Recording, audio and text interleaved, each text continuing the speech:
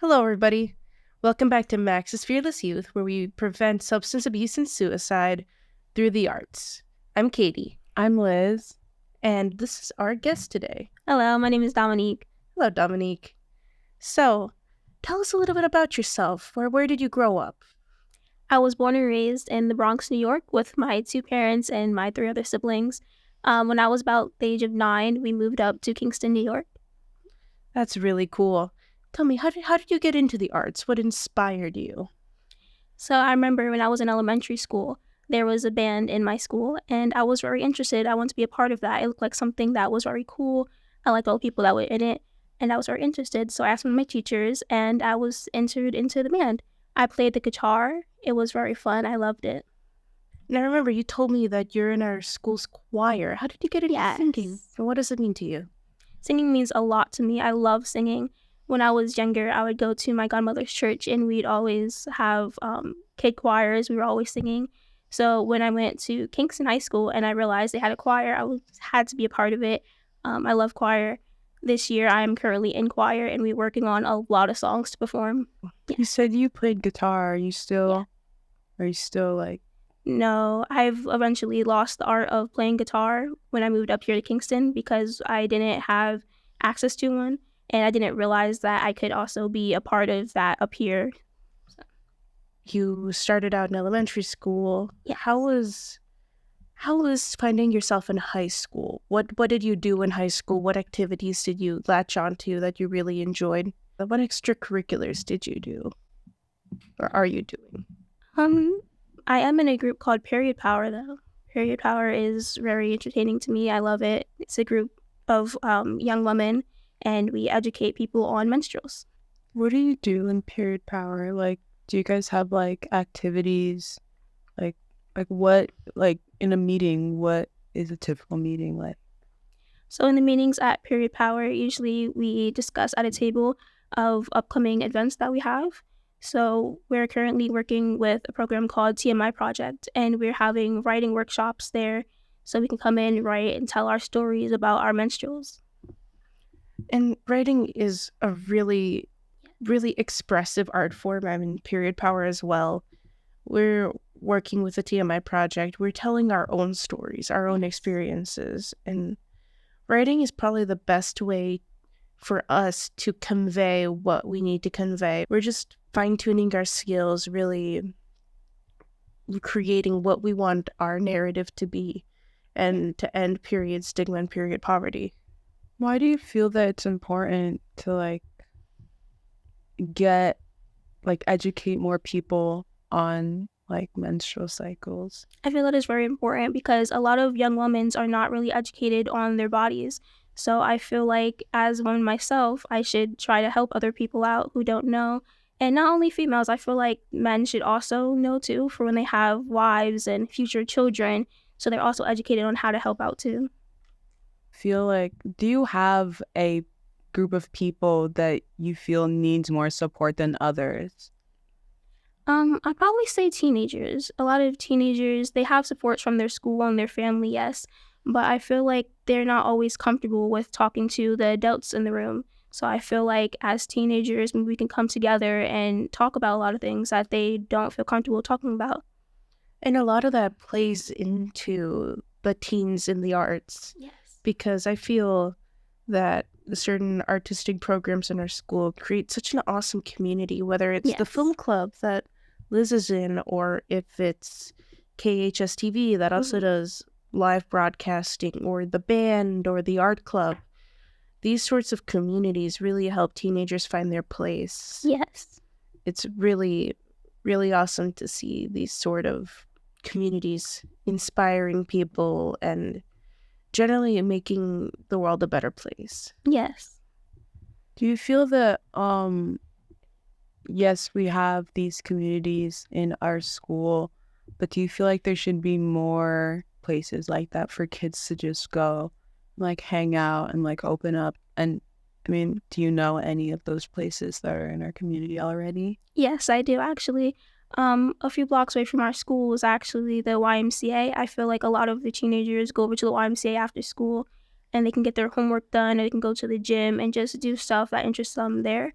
They have writing programs, dancing programs. They actually have a dance company called Energy, and they dance their hearts out. It's beautiful. I saw them. I'm on Energy. You are. Yeah, it's a really cool group, and we do a lot of community outreach and fundraisers and just performing for the community and giving and sometimes we just perform just to like give entertainment to people, because I think that sometimes we forget that sometimes we just need something to enjoy ourselves with, to just make ourselves happy.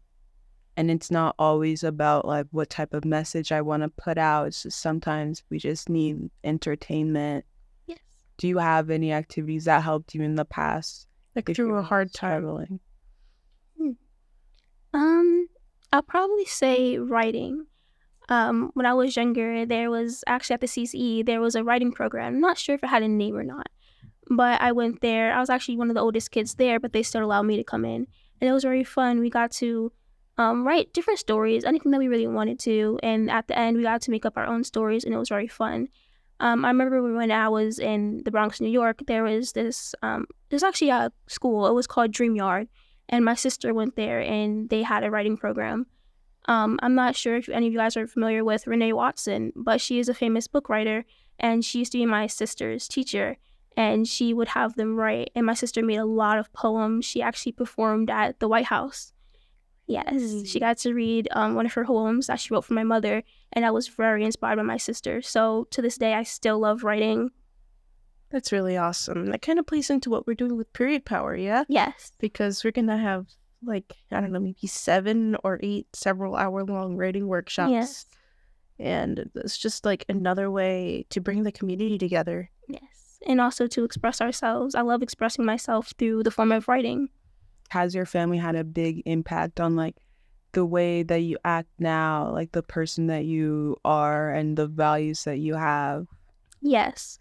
I'll say a lot of that comes from my siblings, actually. I was always around my siblings when I was younger, especially when my parents were off to work. I was always home with my siblings, and I got to really be around them and see the things that they do and their values. So I feel like it kind of got down to me, and I've learned a lot from my siblings. Are they all older? Yes, I'm the baby of the family. I'm the youngest. And you mentioned earlier that you got into singing through going to church with your grandmother? My godmother, yes. Your godmother, yes. Well, how has church and singing in the church choirs played into your life? When I was younger, I don't remember what age you started bringing me to church, but I remember I was very young, and the older women in the church, they would always be up on the risers singing a lot. And I remember the first time they invited the children to come sing, and I was very happy about that. Me and my friends. So we would stay after church, and they would teach us the songs and like what cues to come in on, and we just got to sit there and practice, and it was a lot of fun. I made a lot of friends that way. Do you still enjoy singing along to gospel music? I'll admit not as much, but I'll still listen to it occasionally. I believe it was Chicago. It's originally Chicago that gospel music really took hold, and it has a huge role in American musical history. It's really interesting to see how it still affects so many people to this day. Yes. Would you say, like, now that you've grown up and like evolving, like what type of music do you yourself like to perform, and what type of music do you gravitate to? I always say I gravitate more towards like pop music, or I'll say music that makes me feel calm and like at home. Our musical communities in Kingston are so powerful. They are. How have you seen the musical community like bring people together or help people, not necessarily yourself, but the people around you through hard times? So I know for the Kingston Choir, when I was, for the mixed chorus, I was in mixed chorus last year.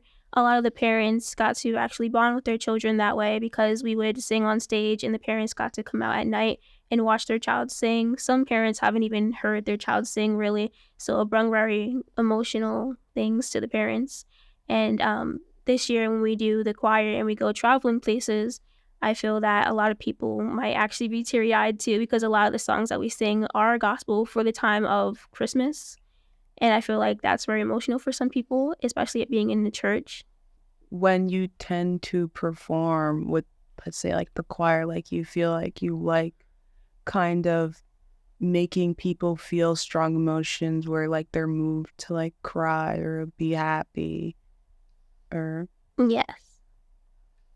like me personally with my music, I think it's mostly not as external as making someone like cry. I think it's more internal, where when I play my music, I get emotional because I think music is very personal. Like Yes. we kind of have to relate to the song, really. For like my music personally, I tend to gravitate to music where I relate Yeah. to what the artist is saying in the song. And I think that's really important when it comes to any type of arts, and to making anyone like feel strong emotions. Like they have to really relate and to what the art is trying to say,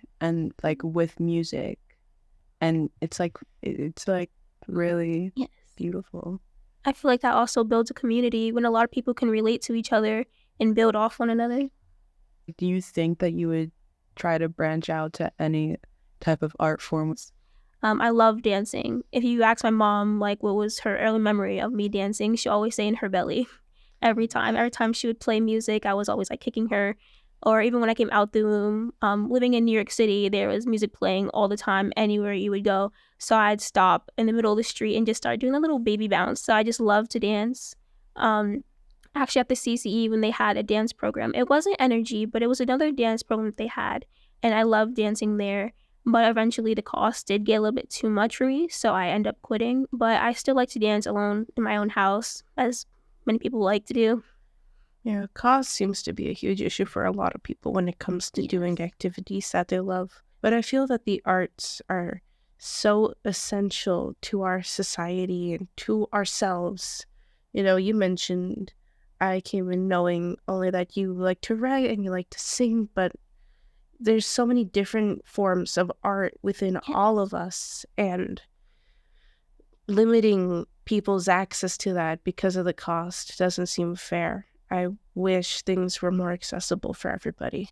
Yeah, and it's like really kind of sad to see that really talented people can't push out their art or promote their art, or even like put anything down on a page. Let's say writing or painting or photography. Like with photography, like they can't even get a camera, but because of the cost of everything. And I think that's like something we need to change as a society, like to make art accessible for every single person, because it might actually just save their life or the life of someone else who is listening or seeing their art. You know, hip hop started in like the 90s primarily. It blew up because in the 90s there was a blackout in New York City, and that allowed musicians to steal the equipment that they needed to make the music. The cost was holding them back. But when they finally had the ability to get what they needed, albeit through illegal means, they were able to finally create something that is so renowned in society today. It left its mark all through just an opportunity for people. That just shows how like the cost barrier really holds people back, and it can change the outcome of the arts globally.